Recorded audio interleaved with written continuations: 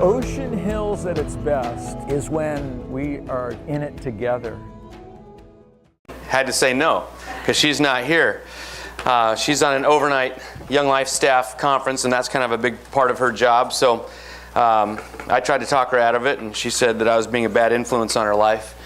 But I've made the peace with the fact that I think that people like me, and they adore Jamie. And I'm comfortable with that. I've made my peace. I feel the same way, frankly, about myself and about her. You know, I think this is the second time ever that I've taught at a women's Bible study, and it's only Ocean Hills. It's sort of a, you know, I'm committed to Ocean Hills Women's Bible Studies Ministries, and the only reason I would do that is, it's a little crazy right now. I'm leaving for India tomorrow for a couple weeks, and it's, you know what that's like when you're trying to go anywhere. Well, for you, like out of the house with a kid. Okay, the same thing. Me going to India, you going to the store at this juncture of your life. Is because just this year, Jamie and I worked on a marriage conference together, and we had never done that before. She's spoken at stuff, I've spoken. We've never done it together, and we've never spoken at a marriage conference. And when we were done with this, we were looking for a divorce lawyer. No. When we were done with this, we just both had this sense of, this is important. This is really important. And so I'm willing to be a fool and come to be at a women's Bible study with you all. Because I feel like if I can do anything to encourage you in your marriage, then that's just worth whatever. And that's really been my hope and prayer as I've looked forward to this time. It's going to be simple and maybe a little fire hose-ish. So just take what's there. It's a little buffet table. Maybe there's something for you to walk away with. But simple in that I just really want to say 3 words to encourage us in our marriages. Oneness, friendship, and reconciliation. And I think those are ginormous themes to dig into. And so we'll do a little bit of a flyby. And so they're both things that would help us think bigger and deeply about what we're into in this marriage deal. And then also some real practical things that you're going to go and think about and chew on from here. And this comes out of, like I said, Jamie and I spent about 6 months researching what are we going to speak about at this marriage conference, and this is kind of what the Lord gave us. First of all, I gave you a little sharing question of, do you remember your wedding day? And Jamie and I were joking together about this when I was thinking, what were you thinking at our wedding? Like, what was going through your thoughts at our wedding? Can you remember? This is 24 years ago. Can you remember this? And she starts throwing out this, really deep stuff, like, wow, this is really happening. I remember just like during the vows thinking, wow, this is happening. This is really happening. She's like, what about you? I was like, I'm going to have sex tonight. That's what I was thinking. The pastor would say the first line of the vow. I would repeat it, but that's what I was thinking. He'd go to the next line. I'm still thinking this. Like, this is my mind. I was a 23-year-old man. And that's just kind of this juxtaposition of whatever you were thinking on your wedding day, and probably more highly than I was. Whatever you were thinking, if you're more than 24 hours into marriage, wow, right? It's more than you bargained for, and it's a maybe more challenging, more beautiful, more challenging than maybe you thought of. And for those of you that have young children right now, I just want to say this: you are not going crazy if you are wondering what's going on and are the wheels falling off. But all the statistics from lots of research would say this juncture in your marriage is the hardest one right now. This transition to being a mom, and in those years where you're needed for everything from food, sustenance, oxygen, everything. That is the biggest challenge to marital bliss in this season. And so I just want to say you're not going crazy. It gets better. And there's some things that we'll talk about even today that maybe would help give some tools to go through this season and not just make it, but some ways to thrive and maybe reap that investment even later. So beyond that, we're just going to talk about fashion tips. Listen to this. This is out of Genesis. The Lord God fashioned into a woman the rib which he had taken from the man and brought her to the man. And the man said, in the Hebrew. Whoa. Basically, he says, and I mean, man sees woman and just, he's been looking at all the other creatures and he has this moment and he all of a sudden turns into a poet. Adam was like, whoa, Eve, bone of my bones, flesh of my flesh. She shall be called, whoa, man, because she would take and add a man. For this reason, a man will leave his father and mother and be joined to his wife, and they shall become one flesh. And the man and his wife were both naked and not ashamed. So the Hebrew terms for bone and flesh are atzam and basar, and they share root words for strength and weakness. So Adam is basically looking at this beautiful woman and saying, where I'm strong, she's weak. Where she's strong, I'm weak. We belong together here. And so in that first moment of introduction, Adam, the lights are properly on. Sin is not a part of this picture. He has perfect clarity of vision, and he sees what God has designed here. And what God has designed for a man and woman is oneness. And that's just a word that's kind of worth us pausing on a little bit in the midst of a crazy, hectic life and a marriage and a family and everything else, to say, am I still thinking that big? Or how can I reorient myself to keep thinking that big about what God has called me into? Oneness. Oneness. These are great words. Some of these words about, and a man will be united to his wife and they will become one flesh. The Hebrew word for united there is dabak, and it means to be fastened to irrevocably. You are attached, but not the kind where you can let go. You become mutual substance with. So this is God's design for marriage, that you and your husband would have this attachment, and so much attachment that you would become echad, and that's the Hebrew word for one. Now, what's wild about this is that when Yahweh, the one who He is, describes himself, he uses this word. When every Jewish person growing up would say the word or the prayer of the Shema when they wake up and when they go to bed. And that prayer says, Hear, O Israel, the Lord your God, the Lord is echad. He's one. So God describes himself, Father, Son, and Holy Spirit, as this irrevocably attached dabak connectedness, so much so that he's one. And then he uses the same word to describe the relationship between you and your husband.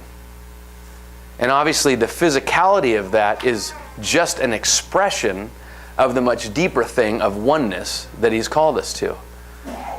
That is both sort of good news, bad news. That's really good news because, man, I want that. I'm attracted to that. I think at my best moments, this is what I want with Jamie.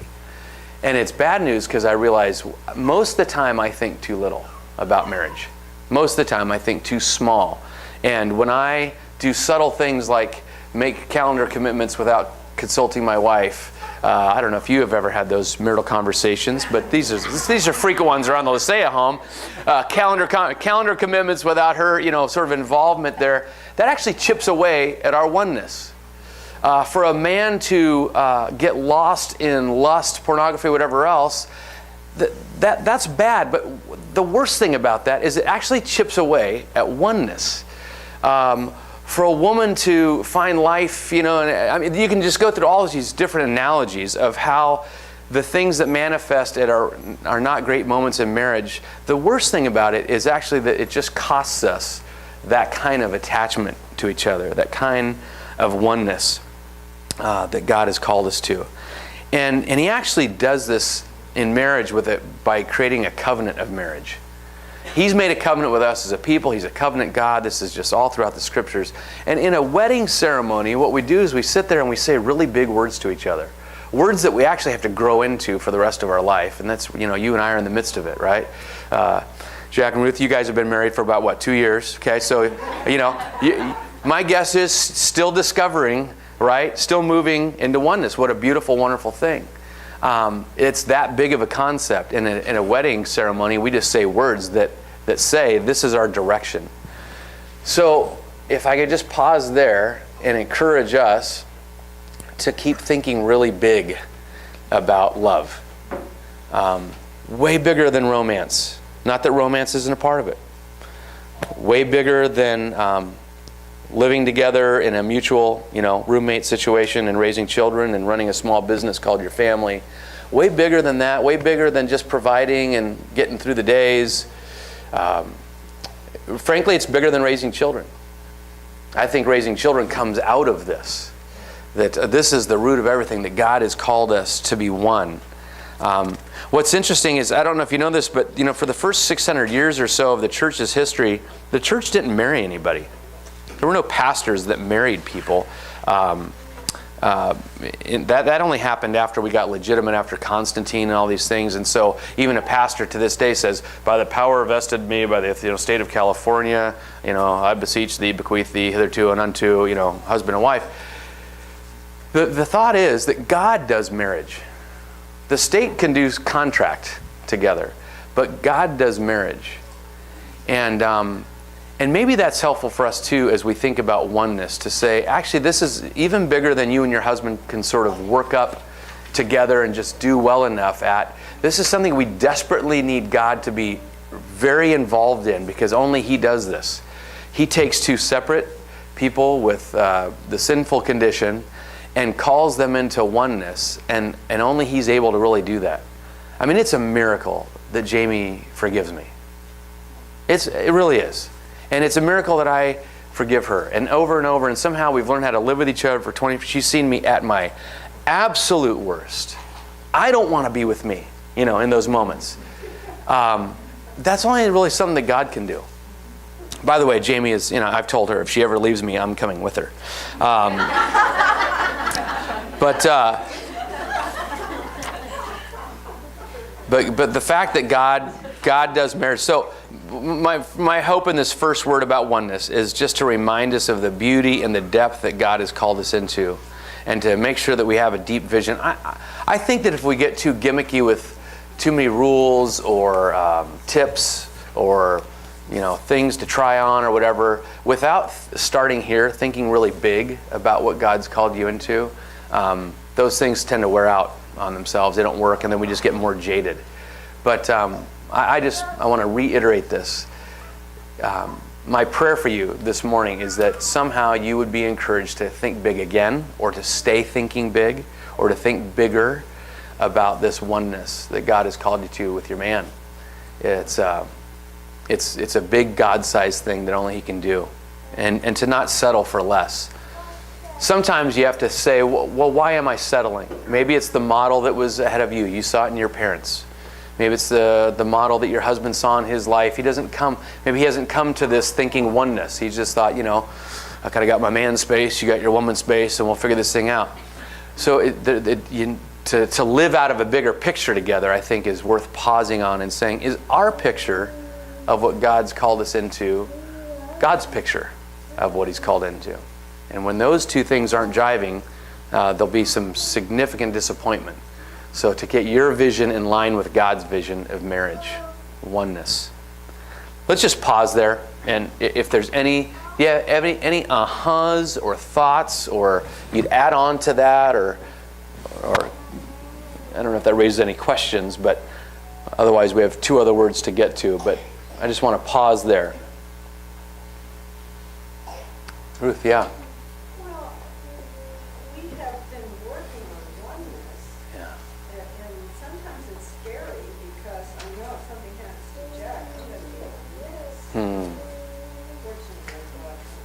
Mm-hmm.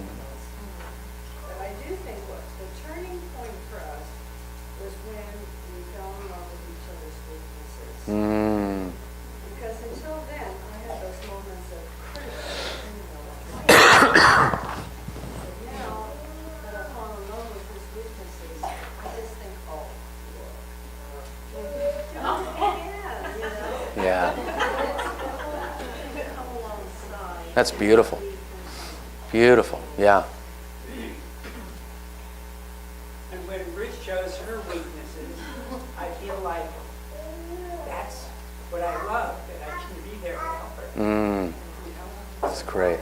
And when we were first married, it was hard for us to show those weaknesses, although we showed them a lot Sure. more than we do now. Sure. We had them a lot more. Sure. A lot of posturing that happens early on. And it's some of the beautiful chipping away that happens. Painful. Yeah. Yeah.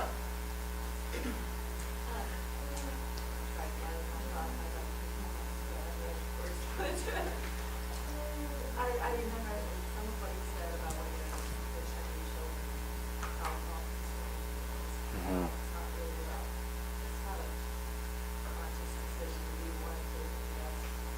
We're going to somewhere and it's all articulated. Mm-hmm. So when we had our children, we went through a very difficult process. And actually for the years we tried to do this. And now that they're older and my daughter actually loves them, there's her son's brother, we had a second child for these two new children. Hmm. It's different. Because we made this decision together to take these children.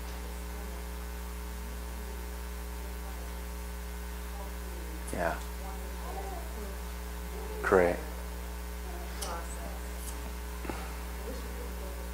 Yeah, yeah. Do over.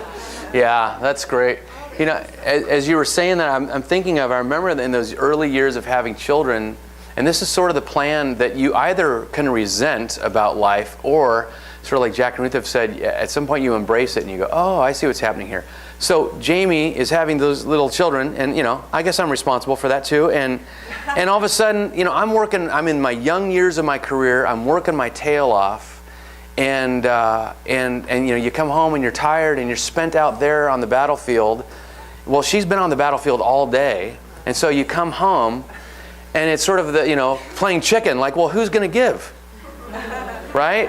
Who's gonna, you know, who needs the back rub first, or at all, you know, and or sex or anything else, and that's this tension becomes two people natural with, there's good reason for it, but also selfish, saying, you have to do this for me, and love is me saying, I'm going to put that down and love this woman, and if she meets my needs, then I'm going to have to actually trust God with that.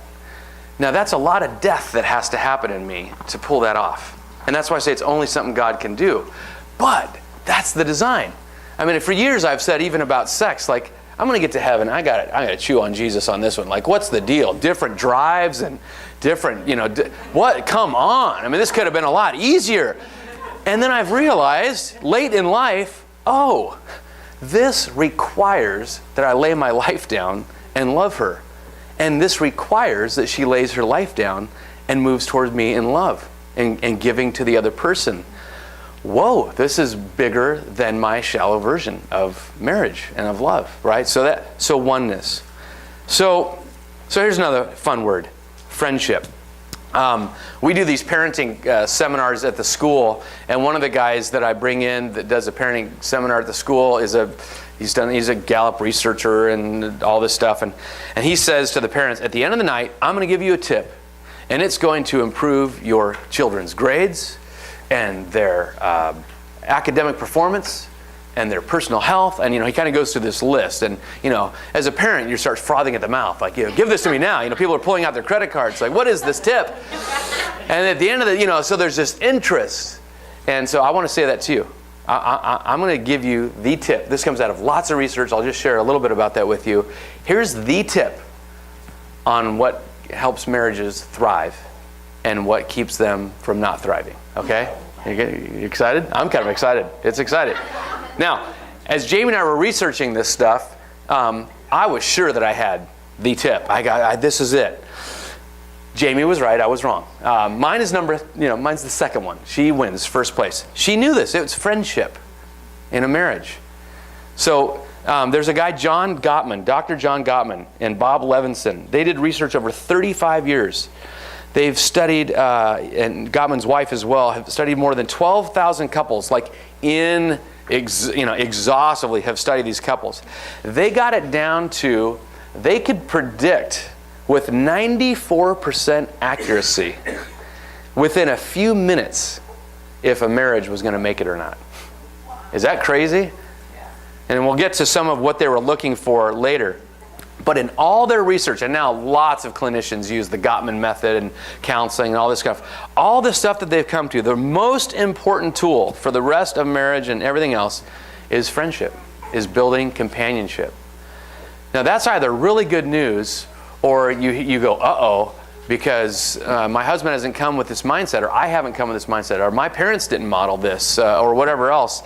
But this is really the deal. In fact, one executive came to Gottman and said, look, boil this whole thing down for me. I got to go. Tell me one thing that this is all about. And Gottman said, I want you to go to your wife, and I want you to ask her this question, because I want you to know and honor your wife's dreams. Well, like most men, he probably thought, well, I've never thought of that. So he goes to his wife, and her response was, I thought you'd never ask. And it's a sense of, what do friends do? When I was befriending Jamie at 18 years of age, I'm just asking her questions. I'm interested in her. I'm wooing her. I'm building friendship. And she's, writing me notes and doing these things. We're building friendship. And I think what we've done well is that in each season of our life, we have to keep relearning, how do you build friendship? And here's what's wild. Building friendship with a 25-year-old mother of an infant is different than building a friendship with an 18-year-old single college babe. And then I found out it's really different to build a friendship with a mother of two. And it's really different now to build a friendship with a mother with 3 teenage boys. One off in college and her mind's there. And so I'm trying to constantly figure out this puzzle. How do I build friendship with this woman? Same woman, but different. And she's in that same journey with me. One of the things that Jamie and I have done over the years is we play the question game. And so this is, we're on a date or we're on a long drive or whatever else, and we'll just ask each other questions. And then if we're feeling really, competitive, we'll don't answer. I want to try to guess your answer to see how well I know you. So it might be, Jamie, if you could have a day with any friend right now, anywhere in California, just where would you go and who would you take and what would you do? That sort of thing. I'm asking her dreams. I'm asking her, and sometimes they're shallow questions, but we're trying to keep moving toward each other in friendship. I would say that 24 years into it, it's paying off. I think that Jamie and I are really good friends, but it's come with a lot of intention to do that. I think that actually our natural stasis will just pull us away from being friends, because if you're in the model where the husband's mostly working, both people, as your careers go on, you're getting better at what you're doing. You're more in demand. Maybe you have more responsibility than you've ever had, and it's just way more natural to move apart. And so I think building friendship takes a great deal of intention. And so Gottman, they come to all this research, and so I gave you some packet of handouts. You can look at them later. But one of the things we've given you in there are a couple of love maps. And that's what Gottman would call these. And it's basically the question game.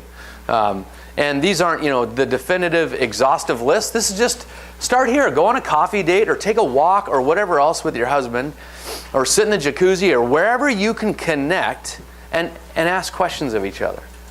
Maybe so much that it would become a habit, and watch what happens, to be known. And I would tell you this. The older a man gets, the more isolated he gets by nature. And predominantly, if the more successful he has been, the more naturally isolated he becomes. Men do not naturally stay in long, thriving, healthy friendships. You are, Obi-Wan, you're our only hope. You are the best hope of a good friend to your husband. And isn't that great? Because that's God's design for this thing. But you really are the best news there. So I just want to bless you and encourage you, and even give you a little, practical tips of how to play the question game or whatever else, and do some love mapping together. And so we've kind of, we've actually exchanged our language. We don't play the question game so much anymore. Now we're saying, hey, let's love map. Because to me that sounds like, hey, this might go somewhere. Anyways, it just sounds like it should, love map. I'm not going to get milk at the store. Anyways, in a lot of the research, friendship, companionship, emotional intimacy is responsible for 70% of marital satisfaction. 5 times more than physical intimacy. And that's not just, we're not pulling the wives here, we're pulling couples. The emotional intimacy, oneness, is 5 times more responsible for marital satisfaction than physical intimacy. Now, as a man, I hear that and I say, crap, there goes a lot of my arguments. And it's not that sex is not important, and if we have time, I'll say just a word about that. It's very important. But in relationship to this, just hear that, 5 times more important to build this. In Gottman's research, he came up with the phrase masters and disasters. Out of studying all these thousands and thousands of couples, the couples that were really thriving, he would call masters. And he would say, what are they doing right? And the disasters, what went wrong? And here's a couple of his deductions. Happily married couples behave like good friends, and they handle conflicts in positive ways. Happily married couples are able to repair negative interactions during an argument, and they're able to process negative emotions. So that's my third word that I want to camp on. And how much time do I have? And that way I'll know. Tell me when. Stop? I'm done? No. Oh, okay. Tell me. As much as you want. Okay. I'll try to go 10 minutes.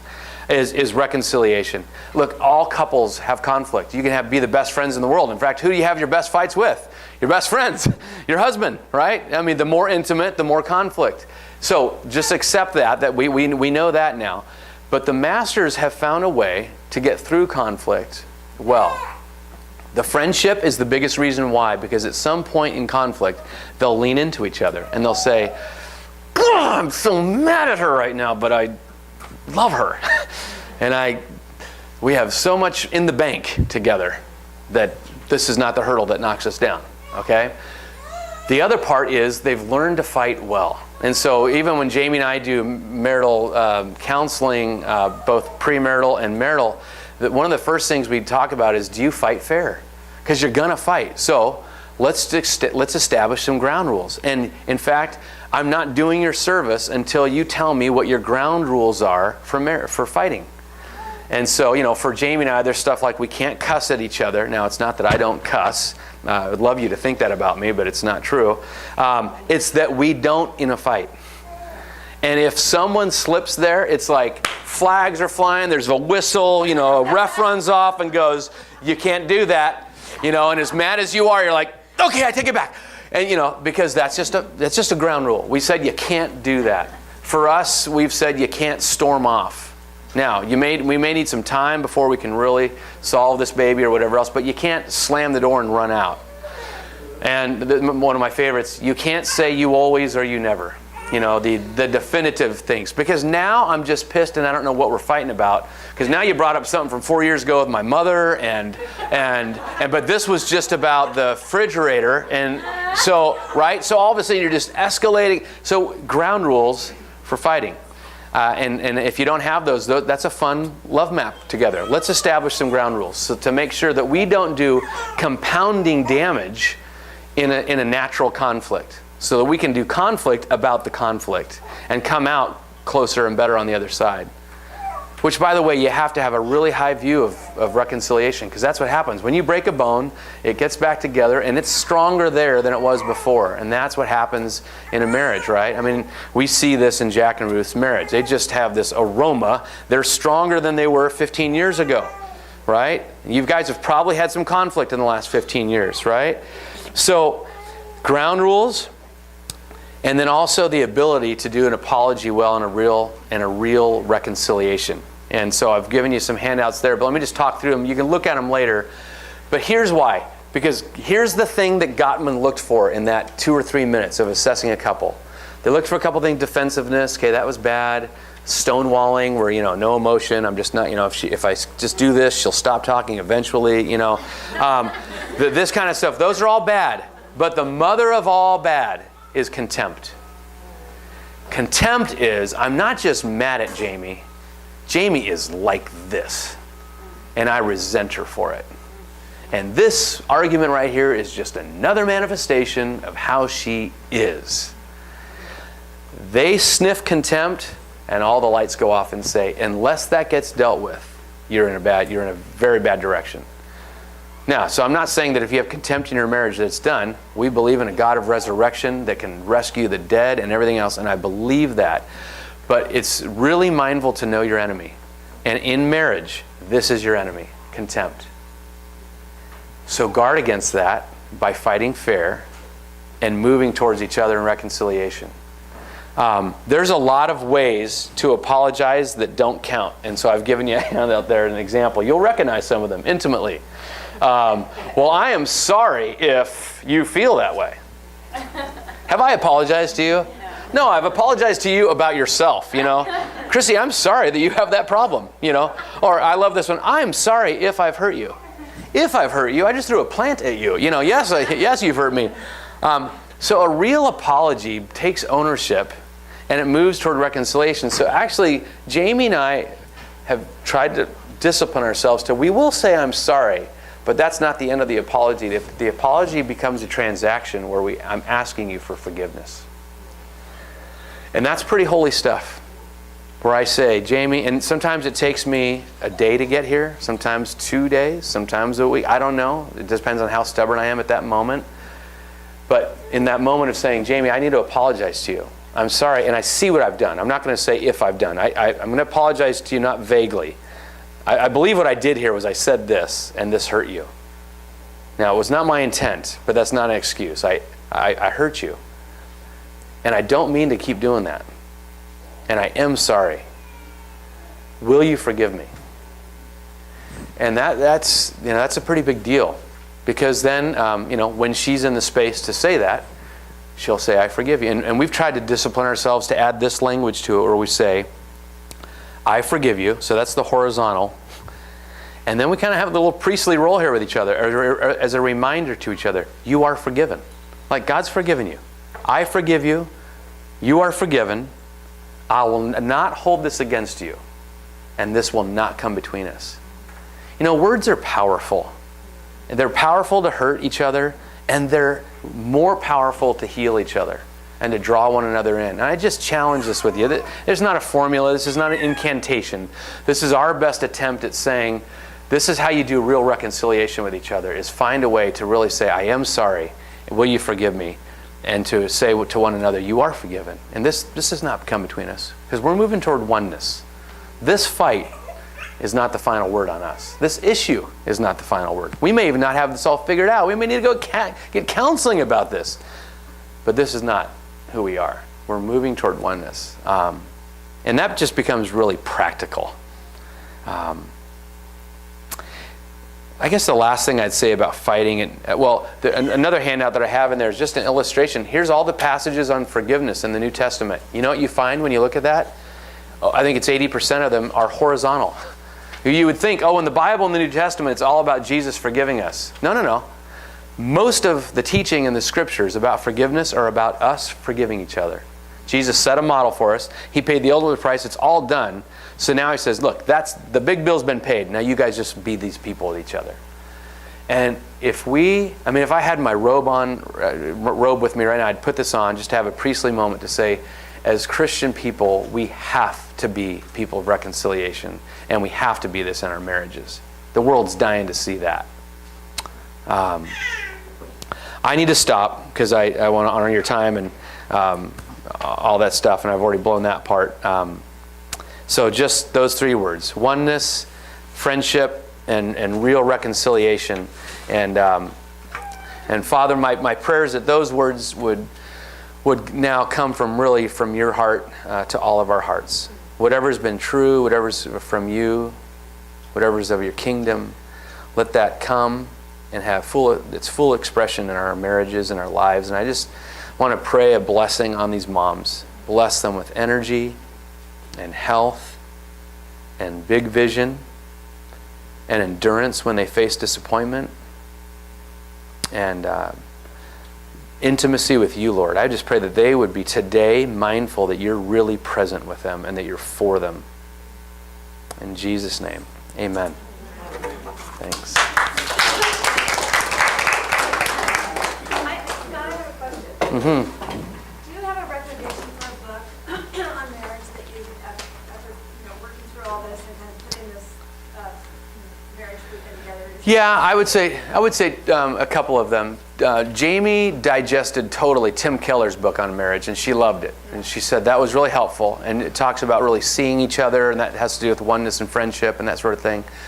And then Gottman's book. You see the picture on I gave you the connection, or what does that say? The Sound Relationship House. If you looked on Amazon, that's on the cover of one of his books, and it's just practical. It's not a Christian book, but it's just about here's the foundation for how the masters do well, and it's how, love mapping and all that stuff, just practical, and that would be a very easy one to do together.